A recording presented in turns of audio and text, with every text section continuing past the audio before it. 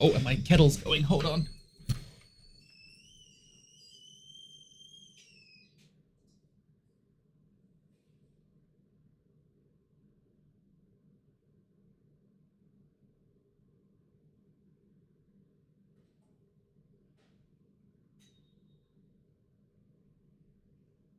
Okay. So the brilliant question was, where do you get your orts from? I guess everyone gets their orts from ises. The question is whether you can actually do that effectively, whether that's a legitimate thing to even say. Orts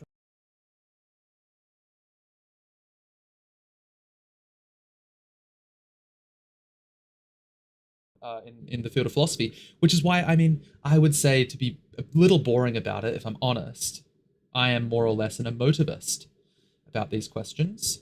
I think that moral claims are a reflection of our emotional states as opposed to reflections of any sort of true objective reality. I'm not certainly not religious, if that helps answer anything. Um, so yeah, where do you think they come from? Let's see. You cannot. So you're a philosopher, are you, Willem? Oh, this is we were talking online. I see. Yeah, I saw some of your reposts. They looked interesting. One of the people we'll be talking about today is Nick Fuentes for sure. So see if you agree with my coverage of him. Yeah, but we'll be starting at 8 p.m. on the nose. I just need to see whether this is connected to. No, okay, Bluetooth is not connected. That's good. And this audio should be good. We'll have to find out a little later down the track. But we'll see. Yeah, but my interest in philosophy actually started with, well, I mean, it started with atheism and regular philosophical bents. But at some point in my fourth year of university, in my undergrad in Vancouver, Canada at UBC, I got really into Buddhist philosophy. And so I started meditating a lot and learnt a bit of Sanskrit. I didn't finish learning that language by any means, it being one of the hardest languages, and a bizarre grammars that were my first second language, and it was incredibly difficult. But so Sanskrit Buddhist philosophy from the 2nd century to the 8th century is what I'm really interested in. Yeah. And now it's sort of running these Olympiads. So there's a lot of applied ethics and meta ethics. Well, actually, no, applied and normative ethics, strictly speaking. The meta ethics question we tend not to get into in our competitions because in our competitions, like, you kind of have to assume that there's some grounding for ethical thinking. You don't want to come at it from a totally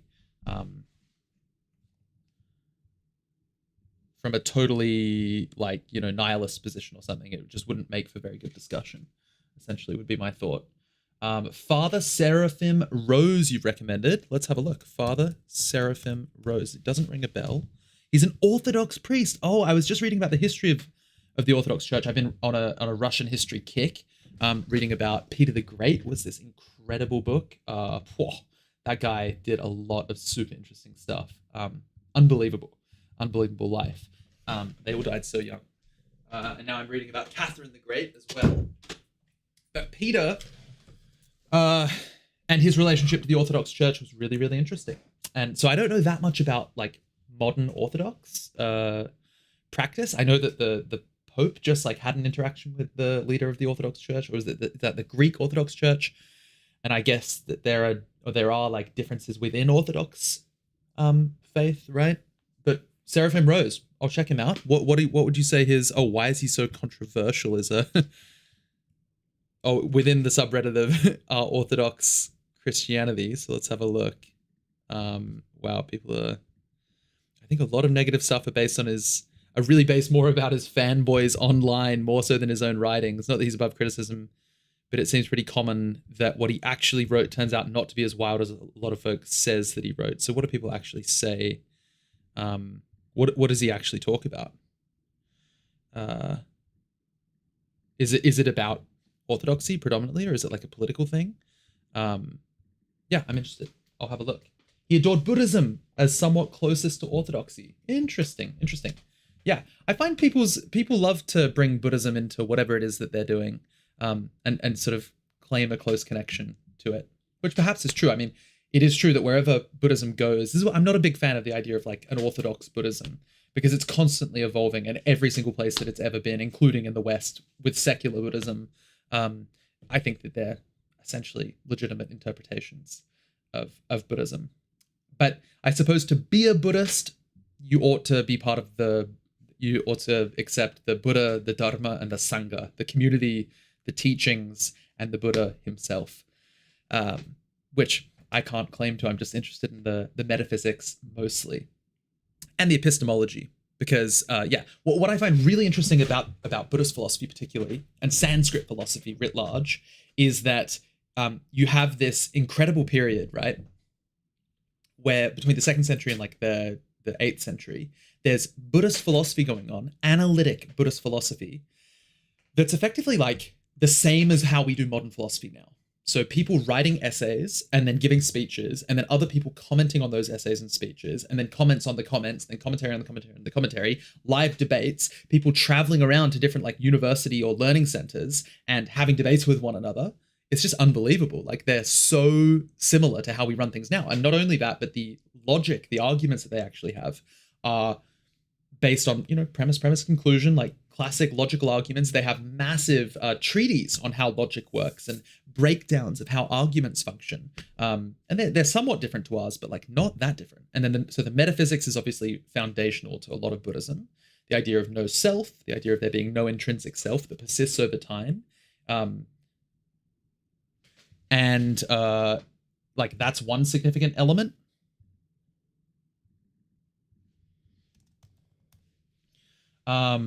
That's one significant thing. I need to wait. If I close my, oh, I just didn't do something.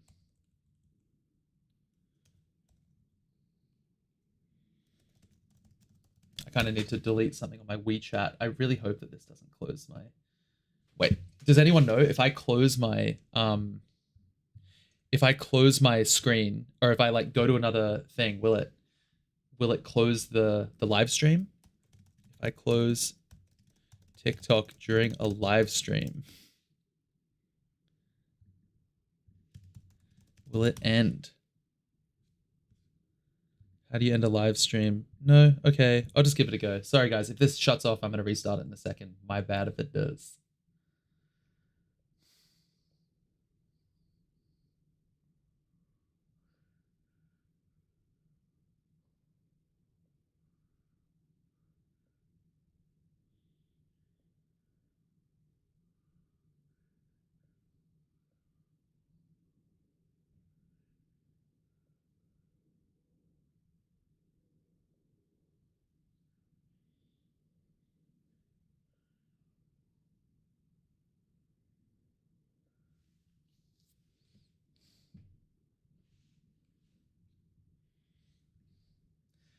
Damn, guys.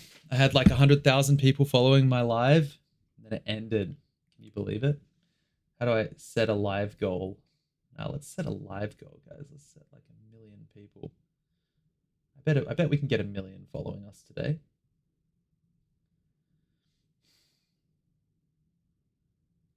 I don't know what I just set as a live goal. Oh no, I think it was 0 out of 1.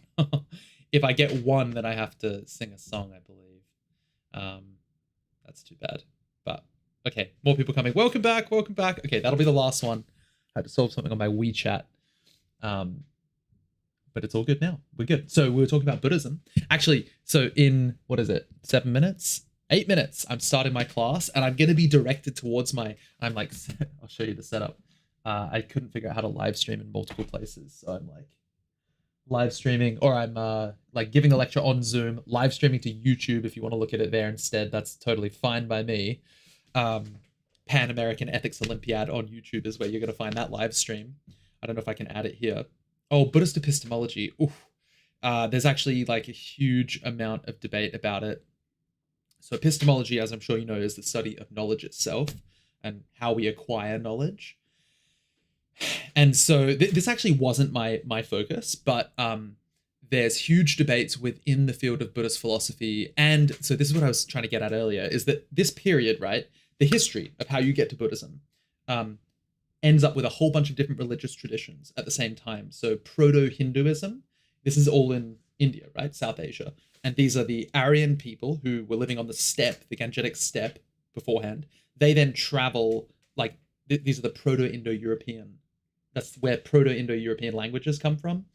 And then Indo-European languages. So that those people on the Gangetic Plain spread east and west. They got to Europe and they went to India, hence Indo-European. And hence why in Sanskrit, Mata is mother, Pita, father. Like, there's a lot of similarities and cognates between them. So, and that's because of the same roots. So then they come down, they mix with the Dravidian people who lived there. There's debate there about whether or not that was an invasion or whether it was a migration or what. And it seems like it probably wasn't a like mass invasion in the way that some people think about it. Yeah, and then there's also a radical out of India theory, which says that all of those languages originated in India, which isn't it's a bit of a suspect theory. And so those people came in, they interacted, and then they start developing over time this philosophy in the Vedas. It's called Vedic philosophy, and it's all about burning rituals, influencing nature, influencing the gods, in order to bring about like changes that you want on Earth. And these Vedic priests develop these texts, these massive Vedas, and they're all orally transmitted. And so you get these huge orally transmitted texts with like all these instructions about how to burn the right things to the god Agni, and create the positive outcomes that you're looking for. Then, like, and that's sort of in, I want to say like 1800 BC is when you start getting consolidations of those texts that all come together. And still it's orally transmitted, but nonetheless, and there are these memorization techniques for how they do it. So like people are you grab your head and like swing it around as you memorize these texts, and you memorize it forward, then you memorize it backward, then you memorize it like first syllable, third syllable, second syllable, fourth syllable, fifth syllable, and like jumbling up the order so that it doesn't even make sense, and you're just like memorizing for the sake of memorizing. So the best memorizers of these Vedic traditions have like the whole thing memorized in like multiple different orders. It's insane. And we're talking about hundreds and hundreds of thousands of words. And so in the 5th century BC, you have the Buddha, right? Who, you know, probably the story of the Buddha. He comes along and renounces, and then Buddhism starts to spread. And one of the big differences is that they're a renunciant tradition. So they believe in no self. This is probably the core dispute. In the Vedas, the self is the Atman, which is like a unified, you know, root of consciousness. And there's depth to that, of course. It's not like, but basically they're talking about souls and the thing that makes you, like from whence consciousness arises. But in Buddhism, they say, no, look closer. There is no Atman. There is no self at the core of all of this experience. There's just experience. There's conscious experience arising and passing away at any given moment. But there's nothing permanent, okay? And that impermanence is the root of all metaphysics. And then different Buddhist sects disagree about exactly what that means and what it breaks down to. Does it break down to little ontological parts? Or does it break down infinitely? So there's actually no grounding to metaphysical reality. That's like the Madhyamaka philosophers believe that. That's what I was most interested in. And then the other religions start to develop throughout this time. So from that Proto-Brahmin tradition, you get these Nyaya philosophers that, you know, end up being basically Hindu philosophy. Nyaya and a bunch of others in this period, and they're debating about epistemology, about exactly what it takes to acquire knowledge. What do you need to have seen? What kind of conditions have to be met? And I wish I could give you a breakdown of like Buddhist and all these other epistemologies right now, but I just can't, because my thing's about to start. And I have to lecture about American politics instead of Buddhism. That's what people are asking.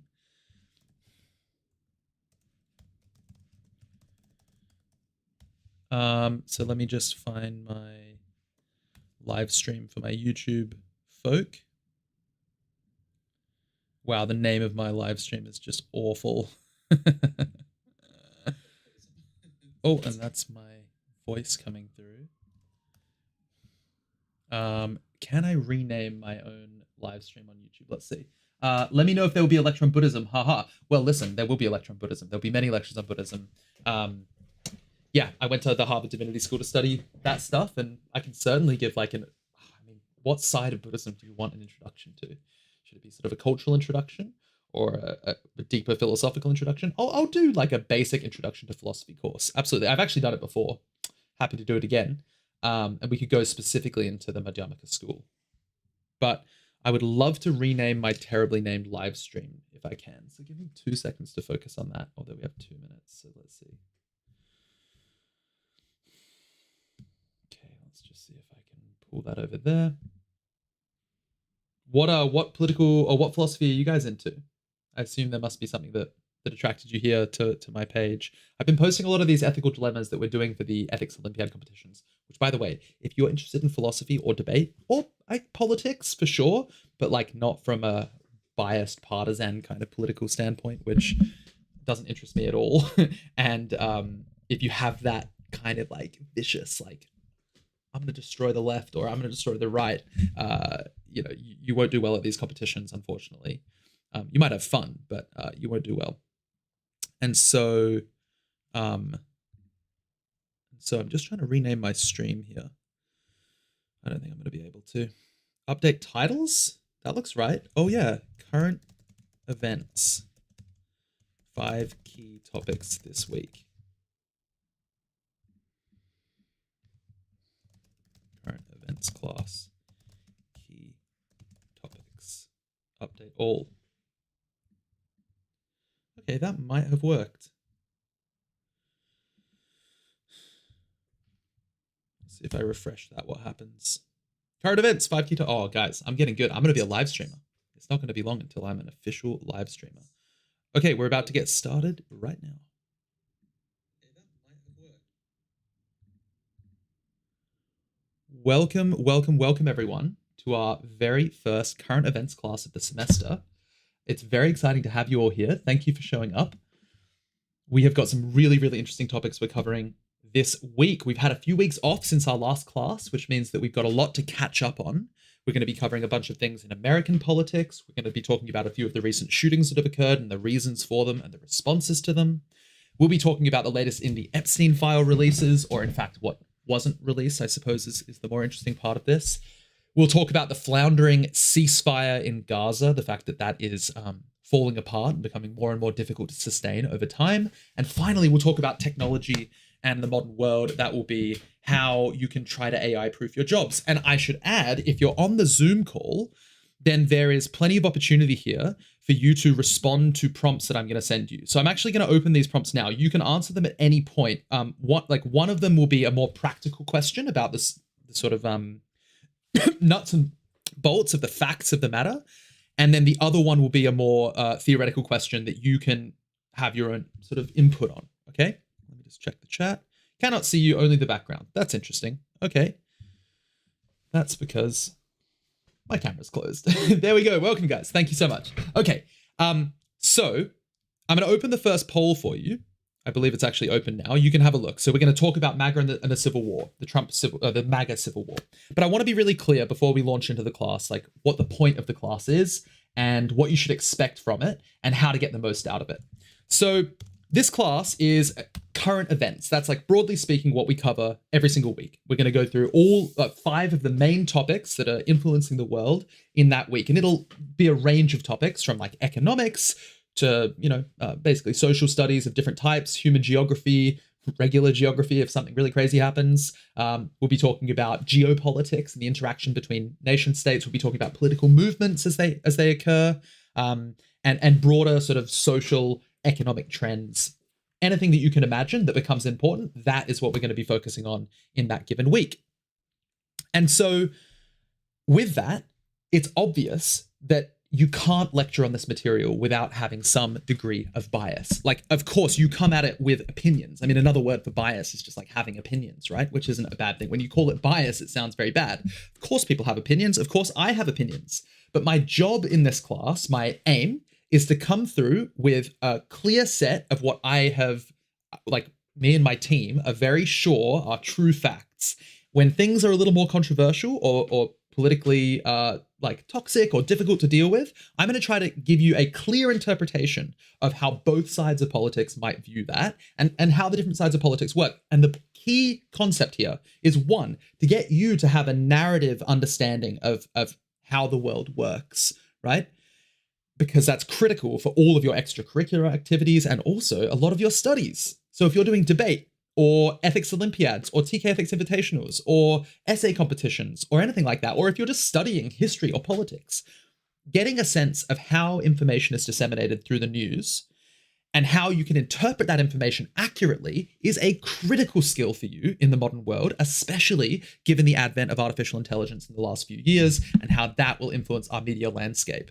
So with that in mind, let's get into our first story. I take any, if you want to communicate with me at all, I'm not going to be responding to the TikTok live or the YouTube live, but I will respond to the Zoom chat. So if you put, or not the chat, but the Q&A. So if you put anything into the Q&A, I will see it. I do want you to respond to the poll that is out as well. But let's get right into it. So here we go.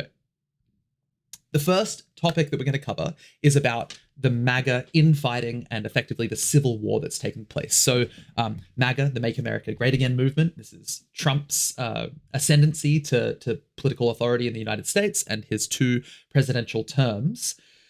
And it's a really, really significant, it'll be one of the most significant late, or early 21st century political events in retrospect, and it's still gathering force and changing as we speak. So one of the interesting things that happens to political movements in general when they get into power is that they begin to fracture. When you're in opposition, it's actually quite easy to have a united front, although perhaps the Democrats in the US don't know that. But it is relatively easy to have a united front when you're opposed to something. But when you're the one making decisions and you're suffering the slings and arrows of outrageous fortune, when things are going on in the world that you don't get to fully control, and then it's hard to control the narrative, then things get really difficult and your movement begins to fracture. And this is something that happens in politics all the time. It's very easy to have hope when you're in opposition, very hard to maintain it when you're in office. This is why people say that you campaign in poetry and you govern in prose being long form writing. This is the key distinction and this is a general theme that we're going to see across all of our political analysis that should be of interest to you. Okay, so let's talk about Turning Point USA. So perhaps if you haven't heard of them, I'm going to try to assume that you have no knowledge of these topics and give you a quick overview and then catch you up to date. So Turning Point USA just held a really massive event called the America Fest, which gathered a bunch of the leading conservatives in the political media, all these political media figures in the United States. And I should say, Turning Point USA was created by Charlie Kirk, who was a conservative political commentator and a debater. He would go around to campuses and have these live events where he would allow liberals, mostly liberals, to come and discuss things with him. And then he would smash them down with facts and logic, although that's a Ben Shapiro term. And these would then go viral on the internet. And he got a lot of powerful funding behind him from certain people in the conservative movement. And he was basically a traditionally very conservative individual. Later in his life, he started to veer even further to the right in terms of really anti-immigration stuff. But foundationally, he's like a Christian conservative. He would say things like women ought to, he had a funny phrase for it, but basically women ought not to get educated and they ought to stay at home. If anyone remembers the phrase that he used for that, you can let me know. But that's Charlie Kirk. And then some months ago, he was at a Turning Point event and a person stood up on a building far away and shot him in the neck. Blood immediately spurted out. I hope you never had to see that video. It was obviously doing the rounds quickly on Twitter, but he died pretty much instantly. So since then, there's been a huge backlash, obviously, about political violence in general. There's been arguably further division caused by it. But most importantly, within the MAGA movement itself and within Turning Point USA, it's resulted in a big shift. So Erica Kirk, who was Charlie's wife, took this over. And basically, another character is essential to this whole story about what's happening on the right and the drift between the Turning Point people and Charlie Kirk, and Nick Fuentes, actually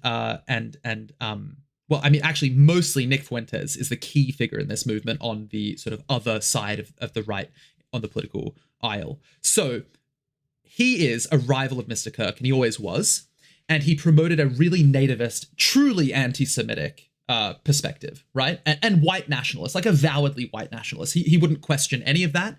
These terms have been used to describe people like Trump and various others. I'm quite careful with my use of these terms. I don't bandy them about willy-nilly. I wouldn't call every Christian or a nationalist or a racist.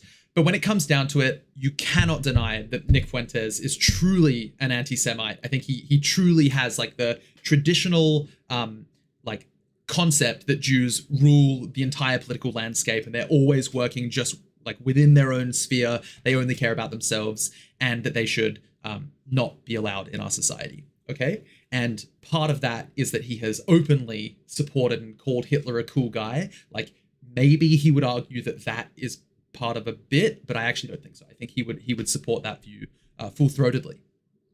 His influence has been growing significantly. One thing that I've heard recently from some inside sources is that within Washington, people like J.D. Vance, who's the vice president and probably going to be the next president, if they win the election, he'll be the leader of MAGA anyway. A lot of his staffers, his young staffers, the people who write speeches and do all sorts of stuff like within his team are part of Nick Fuentes' group, which is called the Groypers. So the Groyper is an image of a frog, like kind of a funny image of a frog that comes from an earlier meme called Pepe the Frog. All of this comes from 4chan, and it's all coded in this sort of alt-right landscape of anti-Semitism and a few other things like white nationalism, effectively. I mean, explicitly, okay? So, as I said, infighting within political movements is actually fairly common. It's normal. It's nothing new for the conservatives either. They've always had it. But this new thing of the Groyper Wars has been really, really influential and is kind of splitting up the movement to a degree. I'm not making a claim that this will destroy MAGA or will cause Trump to lose the election. I have no sense of that. It's impossible to say. But there are fractured lines because at this event, right, it was themed specifically around bringing people together. So the whole Turning Point USA event was to bring people together. Erica Kirk, whose husband was just shot and killed, is like doing the national rounds and rallying together to hold together Turning Point USA, which is a huge political movement, much bigger than Nick Fuentes is still, right? And at this event, she got up and said, well, I forgive the killer. I forgive everyone involved. I want peace and unity. And I want especially the right to like come together. Trump got up right after and said, well, you know, Erica, she thinks that it's good to forgive your enemies. I don't forgive my enemies. I hate my enemies, right? He said in that speech. And then apart from that discourse, it also happened that there was a blow up of this Groyper v. traditional conservative kind of clash that occurred out loud. So it broke down, we'll call them traditional conservatives versus the new right. Let's talk about what these two groups stand for, and then I'll tell you how this fight played out at this event. So firstly, traditional conservatives. These are the people who are, broadly speaking, none of this is simple, like none of this can be absolutely accurate by any means, but I'll do my best. The traditional conservatives stand for interventionism. So this is like not being isolationist. This is one binary or scale that you can sit on as to how much you believe that you should be intervening in foreign conflicts and foreign affairs. So if you think about like the Iraq War, the Afghanistan War, any of those, this is like Middle Eastern intervention in places where, I mean, there's debate about why those things happened, but I think people tell themselves that it's partly like pro-democracy, spreading democracy. Of course, it's like control of the region. Of course, there's geopolitical concerns, potentially oil-related concerns as well in certain of these, like Iran, almost certainly. And so interventionism is part of the traditional conservative movement, and we'll get to why the new right absolutely reject that. They are also pro-Israel. So traditional conservatives, broadly speaking, pro-Israel, at least pro its survival. They are like fearful of Islam. I think they see themselves as Christians more closely aligned with Judaism than with Islam, which causes them to side with Israel in that part of the conflict. They support some amount, at least, of legal migration. So they don't literally think that the entire country should be just white or just European or just people who were born here, you know, from the right heritage. They might have a tinge of that, but they actually believe in legal migration. And I would say like traditional conservatives probably believe in things like H-1B visas, growing the economy, because a big part of what they believe historically is that you should have a small government that just protects people's rights, and then you should allow businesses to flourish. This is the idea of having a free market economy where the hand of the market does a lot of the movement and like makes decisions. They believe in like economics solving a lot of key human issues, all right? They are anti fringe views and open racism. They think that those things should be excluded from the political movement because they're worried that it will like cause them to lose power, and they just like genuinely don't believe in it. So these are like older and just like more traditional conservative voices. People like Ben Shapiro is a classic example of this. He's Jewish himself, so that explains like part of this, just in the sense that he would never be aligned with Nick Fuentes. And he was the one at this event who stood up and gave the opening shots. So he stood up and he basically said, Tucker Carlson, who just interviewed Nick Fuentes recently, and Megyn Kelly, he called them both cowards and grifters. Like a really open shot at a political event that's meant to be unity for the right. Vivek Ramaswamy as well, he launched a really pointed attack at Nick Fuentes too, who wasn't even invited to the event, by the way, saying like, he has no place in the conservative movement. America is an ideal, and it should be inclusive of all people of any race or ethnicity. As long as they share American values and they come here in the right way, then they should be part of this. And after that, you wouldn't believe it, but Nick Fuentes went absolutely wild on his live stream.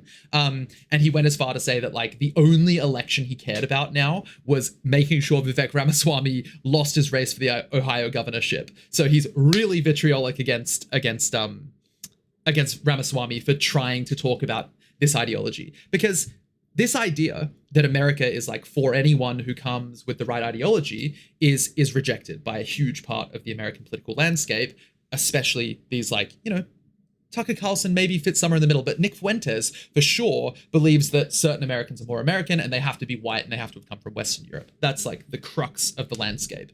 I will point out one additional thing here about that idea. All right. So this idea that there's a white unity, that like whiteness has a sort of home from Europe, like Western Europe is a unified thing.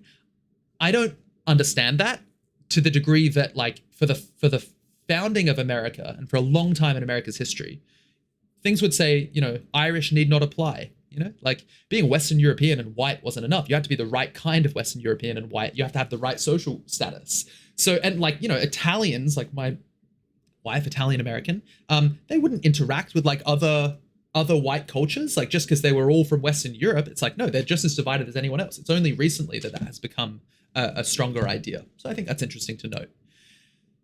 The Heritage Foundation is another example of traditional conservatism, and it's like one of the longest premier think tanks of the American right. So the Heritage Foundation is in a bit of trouble now because their leader basically supported the idea that Tucker Carlson interviewed Nick Fuentes. And then a bunch of people have resigned because of that, because they're so worried about what that indicates. Okay, so that's sort of broadly speaking what traditional conservatives stand for and what they believe and who they are. Now we can go on to the new right. They are the opposite. So they believe in isolationism. America should stand alone and not have to intervene in anyone else's business. Obviously, Trump reflects a significant part of this in rhetoric, and certainly this is like a lot of the rhetoric that got him to office. It's unclear whether he's fulfilled that. I think a lot of people on the new right are probably disappointed with Trump's desire to be interventionist, willingness to do things like support Israel's bombing of Iran. I mean, continuing to support Israel at all is part of this. And various other things that Trump has done where he's like actually now totally playing the game of geopolitics in his own unique way. But certainly he's not acting as a total isolationist. I mean, like half of the American fleet is off the coast of Venezuela right now, and they're doing like certain amounts of strikes in Venezuela. They're capturing Venezuelan ships. We've talked about this in the past. So this blend of like where Trump fits in terms of the new right compared to the traditional right is really interesting and difficult to pin down. But the new right, certainly non-interventionist, highly isolationist. They're very skeptical of Israel. They are nativist, anti-immigration. They believe in blood and soil nationalism. We were just talking about this. They talk about the idea of heritage Americans. They are tolerant and friendly towards authoritarianism and conspiracy theories, and fairly skeptical of liberal democracy. So this skepticism of liberal democracy goes back a long way. Plato was deeply skeptical of liberal democracy, but you know, they don't believe that liberal democracy is going to bring about the sort of country that they want to live in. Okay. And they have this ideology, an important idea of an inclusive right where they believe in no enemies to the right. So anyone to the right of them is not an enemy. They should be supported. Okay. They should only ever be attacking the left and never each other. That would be the idea. Now you have Candace Owens as another example of someone on the new right. This is this lady in the yellow on my shared screen on the Zoom. And this is a lady who has some very radical views and has become more radical over time. I think that this is another trend that's worth noticing, is this idea of audience capture. I've noticed it already. I'm posting on TikTok, right? Philosophy content. This is like one of the main things that I do. And say I get, one video with 20,000 views or 15,000 views and the other ones get 2,000. I'm going to look closely at what I did in that video and I'm going to try to post more of it. Right? Now, I would never go down the route of like trying to be divisive and deliberately radical for no reason. I just like absolutely categorically could never do that from a principled standpoint, no matter how rich or famous it made me. So I post stuff about epistemology and metaphysics and ethics, like normative ethics for sure, applied ethical issues. And thankfully, my videos that go popular are the ones that are about technical epistemology questions, like the Gettier cases that I posted about recently. But that idea of like you going down the line of whatever gets you more views is the definition of audience capture. And there's not much you can do about it, right? You figure out what your audience wants and you do more of it. So it turns out for Candace Owens that the more she could become radicalized and talking about really intense conspiracy theories, the more views she got. So the more she did it. And I'm pretty sure she fully believes these things now. So obviously this whole story is about political bias. So I'm not like injecting a lot of explanation about the different perspectives here. I'm trying to give it to you straight, but clearly Candace Owens believes in her own ideas. She believes, for instance, that Charlie Kirk was not murdered by the person who murdered him, which is, I forget their name, but like a pretty nondescript teenager who's like 20 or something, who had like psychological issues. People on the right will point to the fact that he was, I think, dating someone who was transgender. That will be like that's a big focal point for the right. But no matter what, like, and radical liberal, that's the claim. We don't actually know that much about that person. Not a terrible amount has come out. He'd actually, I believe, donated at some point to the conservative movement, but I'm not saying that influences how we should think about him. But my point is that she doesn't think that was who did the killing. She believes that it was Erica Kirk, and it was other people within Turning Point USA. This is just incredibly radical stuff. There's like, as far as I can tell, no justification for it. I haven't watched a huge amount of her content, but I'd be surprised if you found that like there was a large amount of evidence for any of those claims. And that's why she's been like tried to be kept out of these sort of conservative movements, because people are really afraid of these ideas. They're like super radical. So next, after Candace Owens, we have Tucker Carlson. So Tucker Carlson was a Fox News host for a very long time, and he now has the most listened to podcast in the United States of America, bar none, on the left or the right. So he's well ahead of everyone. The New York Times, NPR, he's far, far ahead of all of these. And the sort of topics that he covers are pretty far right topics as well. He'll interview anyone. He interviewed Vladimir Putin, and Putin sort of just went on about Russian history and justified the invasion of Ukraine. He's very anti-interventionist. And also I should add, this is probably the thing that like most sticks in my head about Tucker Carlson, is that he, while he was on Fox News, some texts came out because of, I think it was Dominion, the voting machine company that was being sued, or Fox News was being sued by Dominion. So then a bunch of internal messages came out from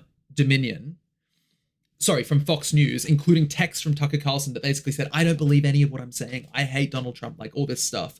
But he was getting on air and just spouting in completely vivid, true sounding terms how much he loved him and those policies. So like that sort of that cognitive dissonance and his willingness to say things that he doesn't really believe in public has always stuck with me personally.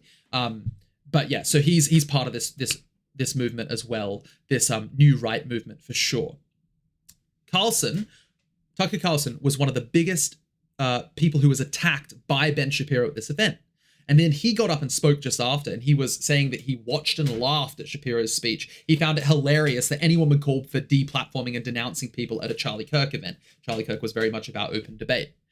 But Fuentes himself was the main character who was not there, but was deeply, deeply important. Okay, so who's going to win this clash? It's looking a lot like the new right is ascendant over the traditional conservative movement. It's just getting more and more powerful, right? In public in news media. It's being talked about more and more. More young people are into it. But it's possible that this could quickly change. So the next person to come to power in the MAGA movement is likely to be JD Vance. And when that happens, I mean, we don't know. Like at this stage, Erica Kirk basically endorsed JD Vance at this Turning Point USA event. And so the question is, where will he go if he gets into power? Will he play it safe and stay with the sort of traditional conservatives? Or will he go in the other direction? So at the America Fest event, on the very last day, he said in a speech that he didn't bring a list of conservatives to denounce or deplatform. So that implies that he's kind of siding with the new right. He's not there to tell anyone, oh, you shouldn't follow, this group, or you should reject Nick Fuentes. No, he's like, big tent conservatism, we should have everyone involved. But days earlier at another event, he basically said that Mr. Fuentes, he denounced him by name, and he said that anyone who attacked his wife could eat SHIT, because his wife is Indian American, and Nick Fuentes has been brutal towards his wife the entire time. Now, it's worth noting that when he was on that platform, he was speaking to people who were likely to be more conservative, traditional conservative. So it makes sense that he didn't stand up and attack. Oh, he did attack Nick Fuentes on that platform, but didn't do it in front of the broader based coalition. So it's unclear. And he also did the both sidesism here of saying like, well, everyone attacks my wife, basically. The example he gave was this person, Jen Psaki, who was the press secretary of the Biden administration. But of course, she never used really intense racial slurs against his wife. So she did joke earlier that the first lady needed to be saved from her marriage, but that's not quite the same thing. Now, Nick Fuentes has said that he wouldn't oppose Mr. Vance's 2028 bid for president like he would with Ramaswamy. But he did respond to Mr. Vance's comments with a really racist tirade, highlighting Mr. Vance's marriage to Usha Vance, who's this Indian American lady. So things are interesting in the MAGA movement. We spent a lot of time on that. We're going to have to move a little more quickly through our next 4 topics. That's okay. I'm going to end the poll in my Zoom in 5 seconds. So get your votes in. Who did Tucker Carlson interview that caused this massive split? And if you were JD Vance, is the second question, and you can put this in the TikTok live if you want to as well. If you were JD Vance, how would you position yourself right now? Would you clearly side with traditional conservatives? Would you clearly side with the new right? Would you publicly denounce extremism while avoiding anyone's names? Or would you stay ambiguous and hedge as long as possible? What would you do if you were JD Vance right now? And obviously with the intention to stay in power. What should he do? Who should he side with? Okay, 5 more seconds. 4, 3, 2, 1. Let's end the poll and have a look. Here are the results. So, okay, half of you got the Tucker Carlson question wrong. Please listen to the facts. It was not Charlie Kirk who we interviewed. Charlie Kirk is now passed away. And it wasn't Ben Shapiro either. It was Nick Fuentes. Well done, 36% of you. If you were JD Vance, how would you position yourself right now? It's a pretty even split, except very few people think we should stay ambiguous. Most of you think you should denounce extremism while avoiding names or clearly side with traditional conservatism. Both, I think, relatively reasonable options. I think some amount of strategic ambiguity does also make sense for him in terms of just trying to maintain power. So we must move on to our next topic, which is a couple of the shootings that occurred a few weeks ago. So the facts before we get into the politics. On the afternoon of December 13th, a gunman walked into the Brown University School of Engineering Barris and Holly building. This is in Providence, Rhode Island. Unfortunately, this is just near where I live. I live in Boston, Massachusetts. Maybe I shouldn't say that out loud on TikTok. I'm not sure. But anyway, I live in Boston, and this shooting happened just nearby. He opened fired in a room where a 21-year-old teaching assistant was leading an optional review session for a final exam in economics, and he shot 11 people and killed 2 of them. Okay, that's one event. On the other side of the world, in Australia, which is obviously where I'm from, by the way, a father and son, radicalized by Islamic State, opened fired at a Hanukkah celebration at Sydney's Bondi Beach, killing 15 people, including an 87-year-old Holocaust survivor who was protecting his own wife and a 10-year-old girl. Okay? Now, what happened after? Well, the Brown University shooter then evaded capture. Amazingly. Unbelievable how this happened, but he did, and they couldn't find him. Then he drives his car up to Boston, probably literally passing by where I live, goes to a Harvard University professor's house, goes in and kills him as well. And yeah, this is just like two cases of really terrible mass violence happening within a really close time frame, each raising significant political debate. Okay, so start with the US. Of course, every time there's a mass shooting in the US, the question of gun control comes back up. You'll know that the Second Amendment in the United States says that you have a right to bear arms. And what that means, well, I mean, it's written as if in the context of having a well-armed or well-trained, well-sustained, there's a nice word for it, militia, to basically fight back against government oppression.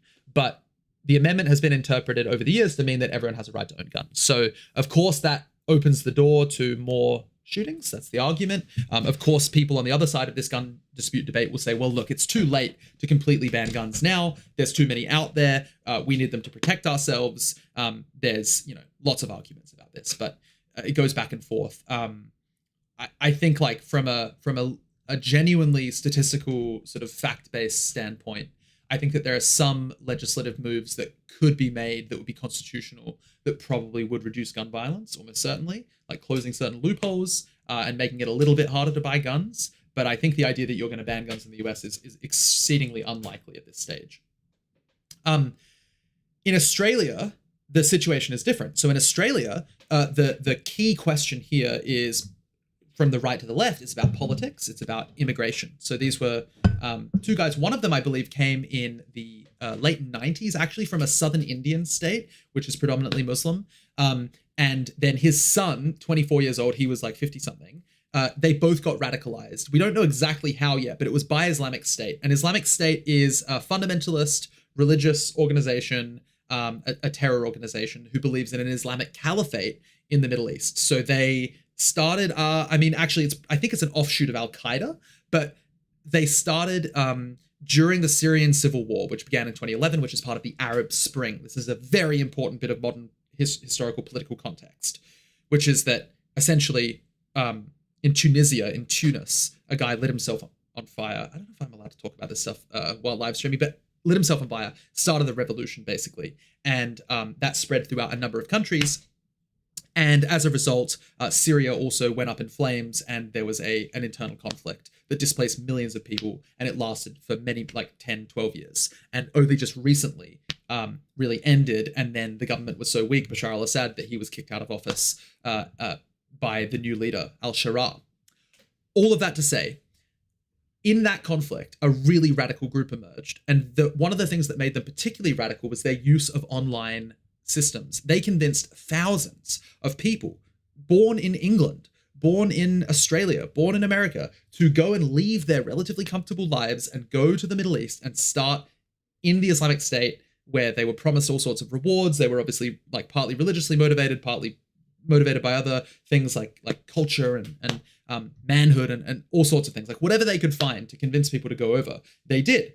And as a result, a bunch of otherwise relatively normal people were convinced to go and join this like movement to create a caliphate. This is obviously insane, and that's what happened to this family. So that's why they went out and tried to kill as many Jewish people as they could at this Hanukkah event in Sydney on that day. The Israeli Prime Minister said that the Australian government was not taking the threat seriously enough and connected it to the recent recognition of the state of Palestine, which is a big step. I'm not sure that there's any evidence for that. And then obviously there's the question of whether Australia's government is doing enough to protect Jews in the country from being subject to these sorts of killings. How have the authorities responded in both cases? Well, in the US, as I said, they couldn't catch the perpetrator originally, which raised questions about like why there's so many gaps in surveillance. This raises another ethical political question about how much surveillance we're willing to accept to reduce crime. I mean, we could have drones in the sky all the time, tracking everything that happens in any given city, and then you could just find any perpetrator at any given time, and there'd be no, like, arguably no more crime. There are countries that have these kind of policies, but people believe in their freedom, and people don't want to necessarily like give that up for the sake of security and safety, so they don't. And that leads us to this complicated political situation where it's like, why don't we have enough cameras that we can just find out who did a shooting at Brown University? It's insane.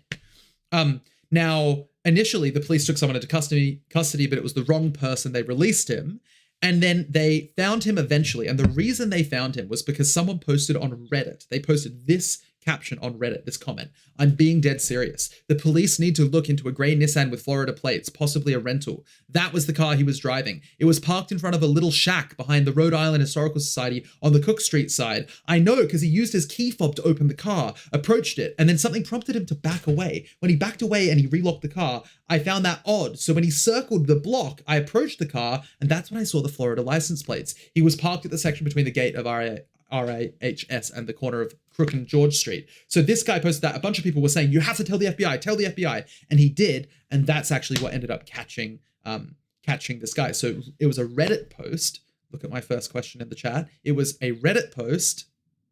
Look at the first question in the polls, guys. Come on. It was a Reddit post. Let me see those numbers change, please. It was not on Twitter that this happened. It was Reddit.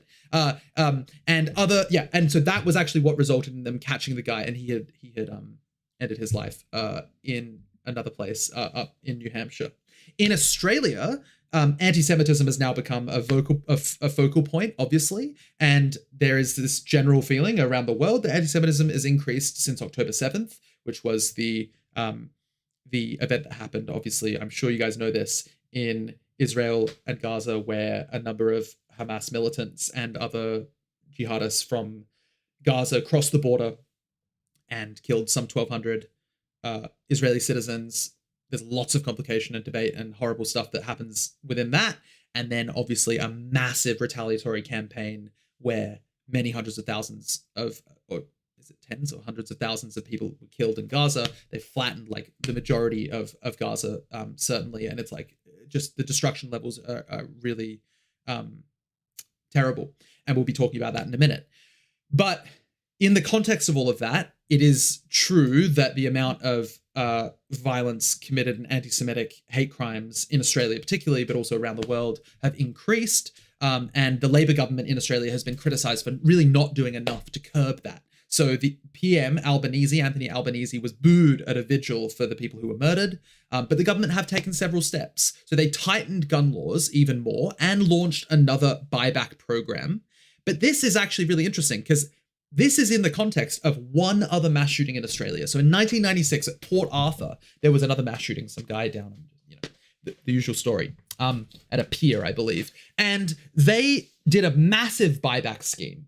And an image that really sticks in my mind about this is John Howard, the Australian Prime Minister at the time, in front of a group of farmers, putting these restrictive gun laws in place. And there are all these farmers out there. And he stood there giving a speech with his arms open like this, and you can see the outline of a bulletproof vest that he's wearing, which like no Australian Prime Minister ever has to wear a bulletproof vest. But in front of these farmers on that day, when he's trying to buy back and then limit the amount of guns, was very controversial. But since then, we've had no mass shootings, no politically motivated or any kind of massive mass shootings as a result. But the number of guns has grown, and the raw number of guns in Australia is actually more than they were pre-Port Arthur. So it turns out that the father had owned 6 guns legally, okay? Now, of course, this also led to a review of the intelligence service and the federal police, because the son of the attacker was known, or the son who was part of the attack was known by the Domestic Intelligence Service, who investigated him in 2019 and also had interviewed his father back then as well. They connected him specifically to an Islamic State leader who was based in Sydney, who was himself arrested for planning a terror attack, but they found no evidence that he'd been radicalized. Okay, so, something went wrong there, I suppose. They traveled recently as well to the southern Philippines, where everyone knows there's Islamic State groups who are active there. And that wasn't flagged by any security service. So there's this open question of how could this possibly have happened? It seems in retrospect too obvious for it to have been let go. So one thing that they're going to do after this, which I find really interesting and puzzling perhaps, is the idea that they're going to try to crack down on hate speech. So they are going to try in Australia to make it illegal, or I think actually illegal, to say globalize the Intifada, for instance, which is the Intifada is the uprising. It's a term. The first and second Intifada are political events in the relationship between Israel and Gaza, Israel and Palestine, and it means to fight back and free the Palestinian people, right, through any means necessary. And so globalize the Intifada is seen as a call to a certain amount of violence by Jewish people, by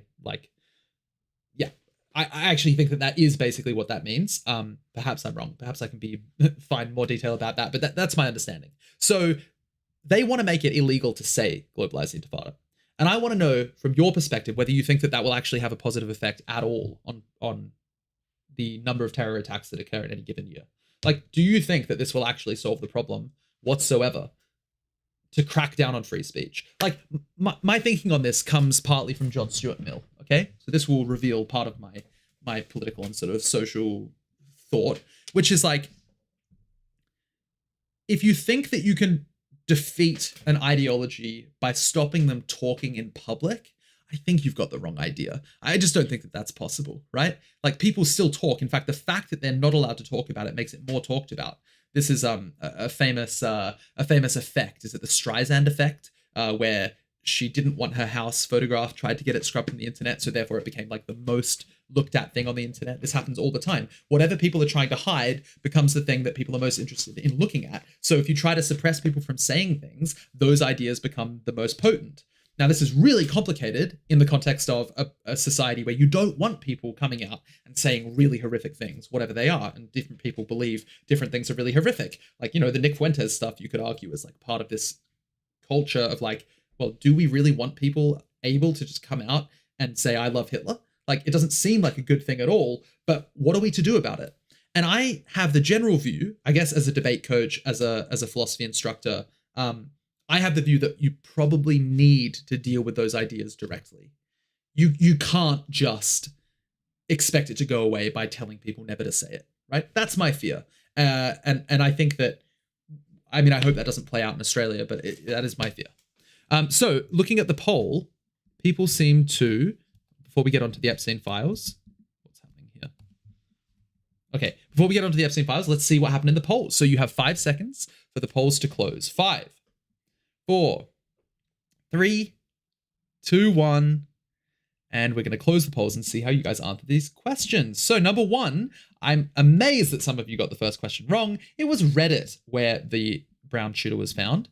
And do you think that restricting certain types of speech, like hate speech laws, is likely to reduce bias and terrorist violence, was the question that I had. Only 1 of you thought yes. Only 5 of you, 38%, thought yes marginally. 23% said no, it won't have an effect. 31% said it will have a backfiring effect. I actually don't know. Maybe there's empirical research on this that we can look up, but it's a worry of mine that we don't deal with these things more head on. The fact that I don't see in media regularly genuine arguments and explanation and historical analysis about things that are disputed and are kind of the key calling cards of these like really radical thinkers worries me. I don't know why there aren't people out there doing that. I hope it doesn't become my job to have to do it. I hope that other professionals are willing to step up, but perhaps that's part of it. It's like countering these really crazy ideas. I'm not sure. Okay, so let's go on to our next case. Let's talk about the Epstein files. Jeffrey Epstein, a very infamous financier. No one really quite knows how he attained all of his wealth. There's a lot of confusion there. He got a plea deal years ago from the Justice Department that basically meant that he wasn't prosecuted, even though it was he was found guilty or pled guilty to sexual crimes against minors. So all of that being the case, there's like so many open questions about what happened. But essentially, he then died in prison. He was taken into custody under Trump's presidency and he died in prison. There was a big thing that went around about Epstein not having done it to himself, but no one knows the truth about that. And then it was said at the time that there are no files. There are no Epstein files to release. This is the Kash Patel, the head of the Department of Justice or the FBI, said there's nothing to release. And then over time, it became clear that there were things to release. There's a lot of pressure, growing pressure. It's one of the things that the MAGA movement really can't get away from. And then therefore they said, okay, we will do it. Like we'll have to do it. So then they did. But when they released these files, it was the manner in which they were released that sparked so much outrage. They were heavily redacted. So huge sections of text were blacked out, impossible to read, except for something we'll talk about in a second, fueling all sorts of criticism and conspiracies about who the justice system was trying to protect, who the Justice Department under Trump was trying to protect. That's like the worry that people had. Now, under the law, it was said that the only redactions allowed were ones that were going to protect victims, and if there were ongoing investigations about those people. But it turned out that lots of pages after the initial release, or a couple, were with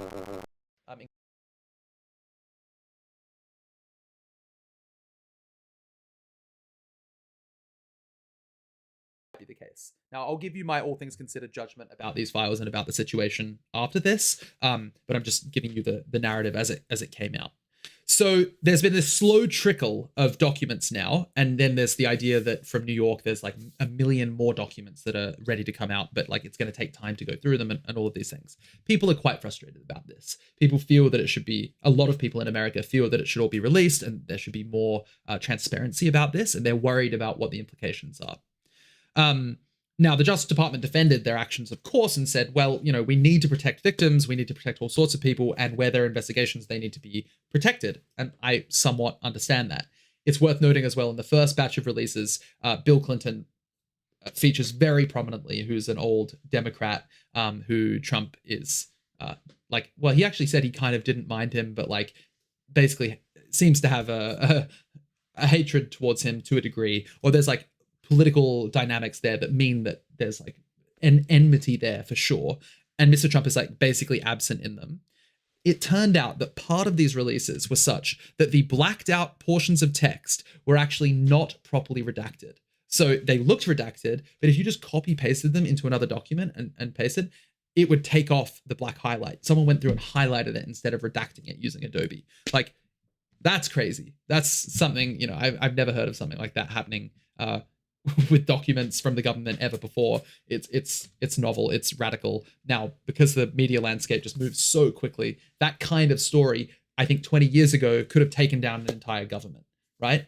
That happening under Obama could have taken down Obama's presidency, I believe. But now it's just like things move too quickly for that to ever have been a problem. So what's the political fallout? I mean, the issue's just not going away. This is the surprising thing. Normally, like, they're open to move on from these sort of things, but it turns out that the MAGA base has broken significantly from Mr. Trump on this question. And perhaps because of that, it's one of the rare things where Trump's party feels like empowered to challenge him. And so the challenges that come to Trump come from two places within the party.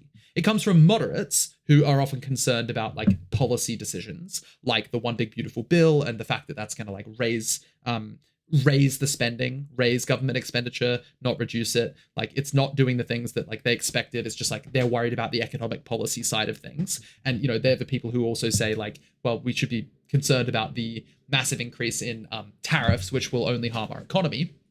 And then you also have the opposite, which is the really much more conservative figures, who are the solidly right-wing figures, who feel dissatisfied with the Republican leaders in Congress or Trump's failure to fulfill his campaign promises. So these are people like the new right, figures like Marjorie Taylor Greene, right? That's someone who was certainly in the new right, but then completely fractured from Trump after the Charlie Kirk memorial, after dealing with the Epstein files, that Trump's continued support of Netanyahu and Israel. This meant that Marjorie Taylor Greene, who was a really, really close supporter and a big central part of the MAGA movement, split off and separated herself. And then you have other principled libertarians who, like Rand Paul and Thomas Massie, who also have found themselves distancing themselves from Trump. Libertarians are people who don't believe in big government. And the Big Beautiful Bill, as the name suggests, doesn't really lean in the direction of small government. So that's why they're concerned about that. Now, they're frustrated. I would say the White House in general is quite frustrated and probably a little worried about the amount of fracturing that's going on in the movement, as we've talked about before. And I think the Epstein files is a solid representation of that. Now, after actually a coalition of Ro Khanna, who's a progressive Democrat from California, and Thomas Massie, this right-wing Republican from Kentucky, they actually came together after the Epstein files were released and said, we need to release the rest of them. And so, like, the fact that they were coming together really, really worried the MAGA movement, and thus they did release more of the documents. But there's still more to come. There'll still be more updates about this issue. Okay, I'm going to skip the poll on this question because we've got 2 more topics we got to get through in 13 minutes, plus a little conclusion. So let's move on and go straight to the Gaza ceasefire. So I already gave a brief summary of what's been going on in Israel and Gaza. There are more things to talk about. So it's not been in the news as much. You're not seeing as many of the videos coming out from the region because like the bombs are no longer actively falling. But as the article from The Economist suggests, it's not just the bombs that you need to be worried about, it's also the rain. So huge amount of infrastructure in Gaza has been destroyed, like absolutely leveled. So there are people living in tents. The rains opened up earlier this month and caused a flood. I don't know if any of you have heard about this, but it's caused people to die, many more people to die as a result of this flood. And there's food going in, but there's not enough medicine. There's not enough electricity. There's all sorts of problems going on, which are causing people to die as a result. Now, the plan for the ceasefire that Trump oversaw, which we have to give credit for the sake of a ceasefire having occurred at all, had 3 phases. And the first phase was the idea that there'd be an immediate ceasefire and resumption of humanitarian aid. All remaining hostages were to be released in exchange for some Palestinian prisoners. And which of course Palestinians and people on that, like with that perspective, would call them hostages as well, of course. And I think some were held without trial for sure. And there's sort of signs of abuse happening from both sides, unfortunately, that are really serious as well. So Israeli withdrawal then was meant to happen to a particular line behind the yellow line, okay? And all of that phase 1 stuff did in fact happen. Phase 2 is where things have fallen apart. So phase 2 was meant to involve 1, the demilitarization of Hamas. I think this was a non-starter from the get-go. Like there was basically no way that Hamas was ever going to demilitarize. So I'm not sure how they expected it to go from there, but that was part of phase 2.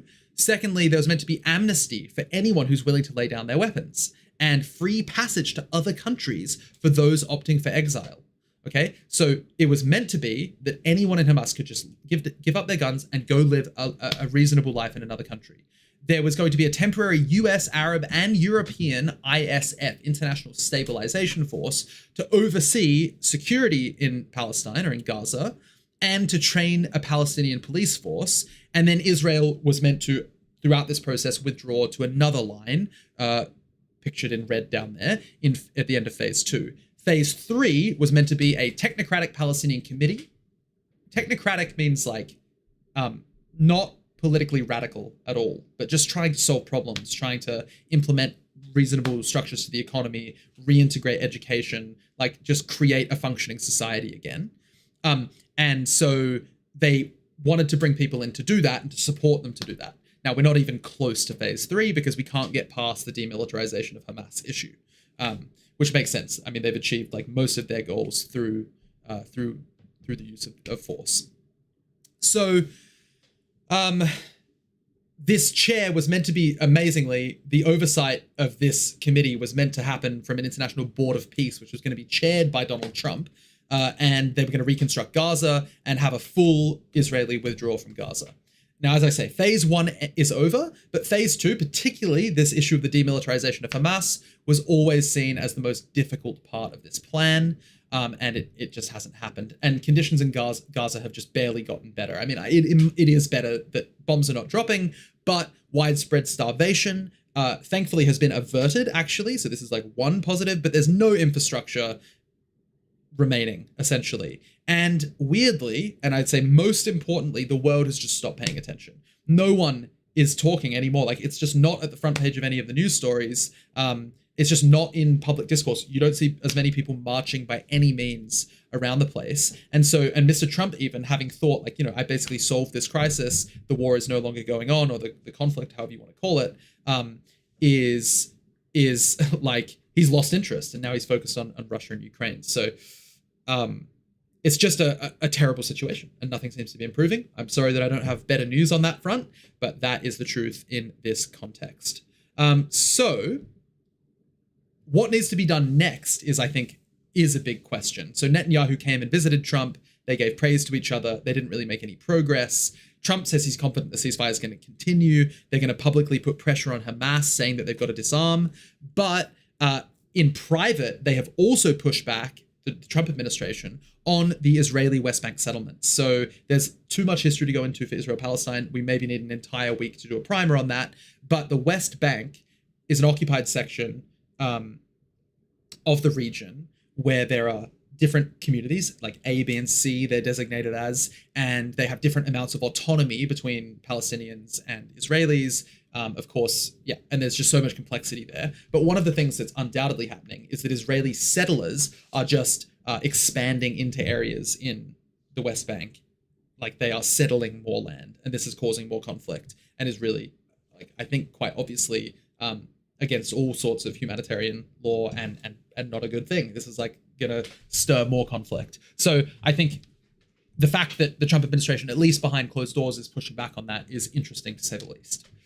Now, we need to make sure that the deal goes ahead. I think as an international community, this is absolutely crucial. It's the only way to get out of this situation in a reasonable fashion. Like, I think that a lot of the people probably online in political discourse who are outside of the mainstream have much more radical opinions about what should happen here, be it like far-right Israelis believing that they should just have all of the land and the Palestinians should be absolutely evicted, or vice versa, or, you know, all sorts of horrible concepts. The only real way is to proceed with some sort of peace plan and try to gain some normalcy and maybe attain some sort of political solution in the future. But Hamas has re-solidified their controls in Gaza since the end of the war. There's been lots of cases of them killing other groups who are trying to like vie for power in different parts of Gaza. There's actually been 400 people killed by Israeli troops in Gaza still. They just killed another Hamas leader. So the conflict does go on in much more muted form. But the idea should be that the US, Europe, and Arab countries got to go ahead and implement technocratic Palestinian government to provide some sort of alternative to Hamas in the region. Otherwise, there's no way to move forward. They've got to also commit to putting personnel in place for this international stabilization force. There has to be a genuine political movement here. And Mr. Trump and the rest of the world fundamentally have to continue to pay attention to the issue. They can't just ignore it. It will not go away. It will not resolve itself on its own. Let's get on to our last topic before we wrap up for today, everyone. We have 5 more minutes. This is a little more lighthearted, but actually, perhaps not, because it's about your futures. If you're a young person right now, even if you're at the, midpoint of your career, I would say maybe just everyone should be somewhat concerned with the development of artificial intelligence in the labor force. So we talked about this 2 weeks ago in the class. We talked about the fact that there are statistics showing that AI is already certainly, oh, I've got to drag it. Yeah, is certainly affecting the industry. So various industries, and especially blue collar jobs. So there are far fewer people getting hired in, sorry, I said blue, I meant white collar, in white collar jobs at beginner roles, because you can offload a whole bunch of work to AI. I mean, the amount that I'm able to do in a given day using AI systems to augment my work is ridiculous. Okay. So like, I wouldn't have a company right now at all. I wouldn't have the job that I have were it not for AI. I totally recognize that. But on the flip side, if I had it before AI had tried to do the same thing, I'd have had to have gotten an investment, and then I'd have to have hired people. So I don't have to hire people. I hire some people, but like fewer people because of the development of AI. That's a fact. And this is in bigger industries, this is even more significant. So people are not able to join the workforce as much. So then one of the responses to this from young people is to turn to other types of work. So so I'll go through a few more of these statistics. So the unemployment rate right now for 20 to 24-year-olds with a bachelor's degree in America is 6.8% in November, and it's only 8.6% for those with only a high school degree. So not that much of a difference. Now, it is true that the highest earners are going to be people with higher degrees, but the median earning is actually far more centralized, okay, as we'll see on our next page. And it turns out that a lot of people with degrees are underemployed. That means they're working jobs that are not at the level of their education. So they're overqualified for whatever job they're actually applying for. So the way the labor market is being reshaped in the context of this is that people are trying to go to AI-proof jobs. In the London Underground, there is an ad that says, "Hey AI, bend the copper pipe." And the LLM responds, "Sorry, I can't do that." Okay, so this is encouraging people to pick up a trade. Like we always thought that AI would take over manual labor jobs first, truck driving and like factories and these kind of things. Turns out that's not the case. It turns out that actually they took over white collar jobs and coding jobs before anything else, which like you would never have guessed 20 years ago. So as I said, the median earnings for people who have college degrees versus are in the trades is actually way, way closer than you might expect, okay? These jobs, like being a plumber or an electrician, are much more AI-proof, and there's also a shortage of these jobs because of the development of AI. We need more people to build these things, these massive data centers. So, getting into that line of work might be the sensible thing, which is why I'm going to put up the poll right now, and I want you to focus on the second question.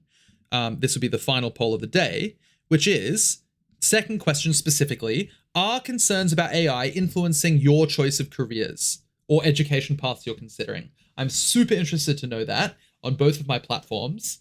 I want to know whether you are actually taking into account the role of AI in your decision making. Okay, are you maybe you thought you were going to go into tech and now you're like, wow, am I really going to go into tech right now? Am I going to try to code with the development of AI in terms of its coding capacity? I want to know if you're I want to know if you're like letting your decisions be influenced by this. Are you thinking maybe I won't go to university because of the changing nature of workforce coming out of university? Now, of course, some people argue that university is just like intrinsically valuable for what you learn while you're there. If you're not in America, then you don't suffer the fact that you're going to go into a huge amount of debt as a result of it. I would say, I was having a conversation with a colleague. They said, I would definitely not recommend I go to university. University was pointless for me. And they're in tech. They said they learned everything on the job. Now me, with my philosophy and theology degrees from UBC and then from Harvard Divinity School, absolutely essential. I learned so much genuine content from reading throughout that period. I learned all of my skills. I learned so much, and just also being at university was a pleasure. So there's a sense in which like I'm very pro university, but I do recognize that these trends will probably have an effect on the way you think about things. Okay, so let's end the poll here. We get a pretty wide spread, but a bunch of you are saying very strongly. You're saying that very strongly it's influencing your career path decision making. Guys, it has been a fantastic year. This is both the end of one year and the start of the next. The next class starts on the 16th. It is a very reasonably priced class. This has been an open house, completely free. I think like the numbers are it's a pittance to join this class every week. I won't be streaming it on TikTok every week by any means. Maybe I'll keep doing other TikTok live streams. We'll see about that, and YouTube live streams. But it won't be this particular class where we cover all of the main events from the week, and we talk about media bias and give you a sense of media literacy, and we cover all sorts of interesting geopolitical conversations, economic conversations that will be incredibly useful to you in your future debating careers, in your Model United Nations careers, in your basic education. Your basic capacity to understand the world comes from knowing how these things work. So it might bore you a little bit to think about economics in great detail. It is the core way in which things function, okay? So understanding geopolitics and economics and religion and, social forces and history is the best possible toolkit you can have to engaging with the world. And that is why I teach this class. That's why I want you to come for the entire semester starting on January 16th. Go to you will go to whatever's put in the chat. I think it's WeUp, but you'll be able to, I'll put all the links up on my page. You'll be able to find this. You can DM me on any of these platforms, and I really hope to see you all again. Thank you so much. Goodbye to Zoom. Goodbye to Zoom. Bye-bye. Thank you, everyone. Okay, done. I hope that was okay. What do you guys think? I wasn't looking here at all. Have we got people actually here? Well, I have no idea. I don't know how to see if anyone's actually in here. But either way, thanks for coming, guys. I hope that was reasonably interesting. I always find that a little, it's a bit crazy. Lecturing straight for an hour, just fast, trying to get through five intense topics. But I hope you found it somewhat interesting and useful. Now we can go back to talking about analytic philosophy, or any kind of philosophy, actually. Like I was saying this at the beginning, I studied Buddhist philosophy primarily for my master's in Sanskrit. So this politics stuff, I mean, of course I'm interested in it. Of course it influences my life a lot because I'm a debate coach and a philosophy instructor, and I run these philosophy competitions. But I am more interested in the sort of abstract side of things as opposed to the intensely political. But that's just me. I have to check out what's happening on the YouTube stream as well, which I don't know how to do. But should I just go and have a quick look? But yeah, I hope you enjoyed it. I think I'm gonna log off pretty much now. I didn't get whatever that heart thing was that I put up here. I said that I'd sing a song if someone did what? Hearted me. If change the heart to a gift with fewer coins to make your goal easier. So I don't know. Someone had to use a coin. I have literally no idea what I did there. But of course, if someone hearts me, I will sing a song. I have so many sea shanties in my back sleeve. It's unbelievable. Probably you could argue too many, to be honest. I really want to see how many people are on the YouTube live stream, guys. How do I do that? Oh, here. Connect your encoder to start preview. Maybe I wasn't streaming at all. I'll go find that out on my own time. Okay, guys. Yeah, let's wrap it up. I'll see you all another time. Thank you. Ciao for now, everyone. Bye-bye. Oh, there are people joining all the time. Wait, are these the actual people who are in the chat? No, these are the top viewers. I just want to know how many people are here. Can someone tell me where I see that? Not really, can you? Did people send things in the chat at all? I just followed this account recently. Oh, cool. Paul. Hello, Paul. It says a whole bunch of people joined, but I can't imagine that means that you guys stayed. How do I know who stayed during a chat? I'll figure it out next time. Alrighty, guys. Ciao for now. I'm gonna go. If I can figure out how to end the stream. I can't even do that. Oh my god. Oh, is it that button? Yeah, ending. Bye. Bye, bye, bye, bye, bye.